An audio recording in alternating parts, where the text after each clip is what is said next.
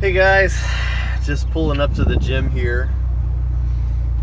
Just got asked the same question that I get like 150 times a day.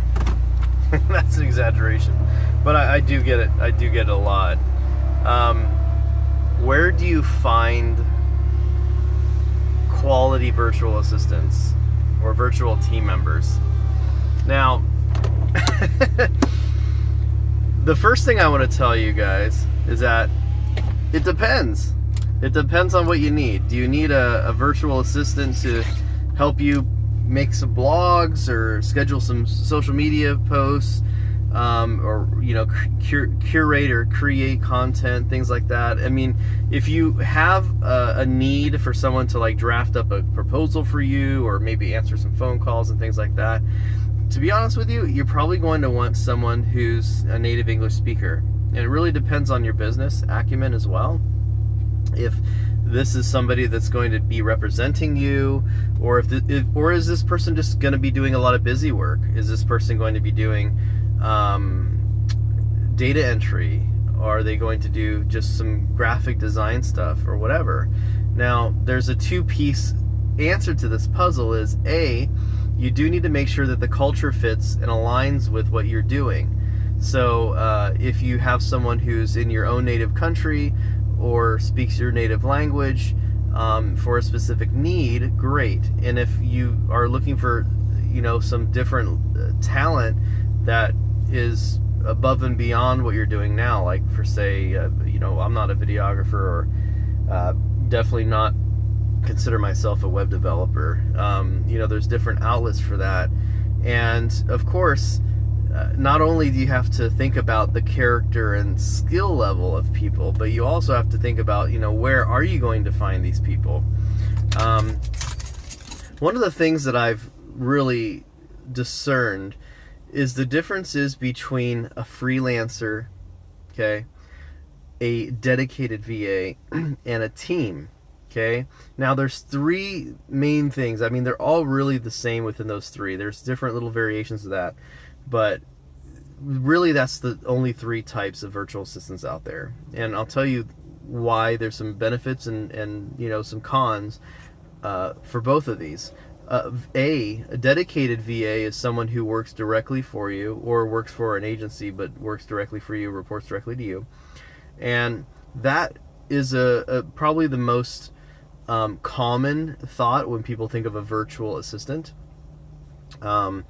But also it could be someone who you hire on a contract basis, like an online business manager. OBM is what they call them. This could be like a native English speaker, or it could be American, Australian, UK, whatever. Okay, so the other piece of this puzzle is that dedicated VA could be someone that you contract out personally, or that you go through a third-party agency. So it really depends on what you're looking for and what the needs are and the skill level. And of course, there's things that as normal business owners you don't want to deal with. So maybe there's a management piece put in place. Okay, so then you have the freelancer. Now the freelancer. Let me go back. So the dedicated VA, this is someone who's really going to be able to do a good amount for you, right? But they're stuck within their own skill, right? You can't, it's really tough to bring them into learning everything for you really quickly. Another thing is you're kind of stuck if you don't have a plan, if you don't have a project all ready to rock and roll. What happens is, you hire a dedicated VA and they might not have enough work to do. So that is very common. So it's really important to have a plan, so when they run out of work, you still have them working for you. Okay, so that's really important. So the second piece here is the freelancer. The freelancer is someone that, hey, I only need a project done for maybe a logo or a template or whatever else, and you're going to hire them as a freelancer. Maybe you have a website or something like that. You just need to get something done. It's not an ongoing thing, right? Maybe there's some ongoing website maintenance, something like that, but for the most part, a freelancer is that. Now, that's really great because you can do project-based pricing. You can say, hey, I want to get this done for this type of project, but that's actually going away too, not so much. If you look at Upwork and things like that, you have to be careful. You can spend a lot of money on those freelancers. But one of the things that you have to identify with the freelancer is that they're not always going to be dedicated to you, right? They have other projects. They're trying to make the next buck. So be wary when you pay freelancers. Make sure it's agile. It's milestone based, that you pay them so you still get results out of them. They don't disappear after you pay.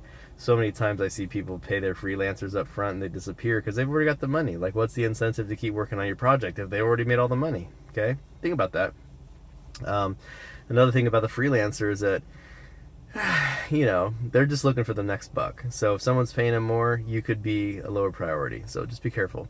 The third is the team-based. The team-based is where you might have a pool of talent. It's a virtual assistant company that has a bunch of different, talents and skill sets, and you're going to be paying on an hourly rate, or you might have a monthly retainer or something like that. Usually they have a setup fee or an onboarding fee, and you'll be able to utilize a variety of different people and talents.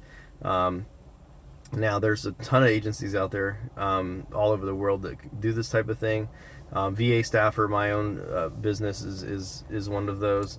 But take a peek out there and see what there is. The pros on that is, of course, you have a whole team of people behind you to kind of find the different talent that you need, or do different things in different specialties. Some of the cons behind that is, of course, you're having to pay usually a monthly retainer fee.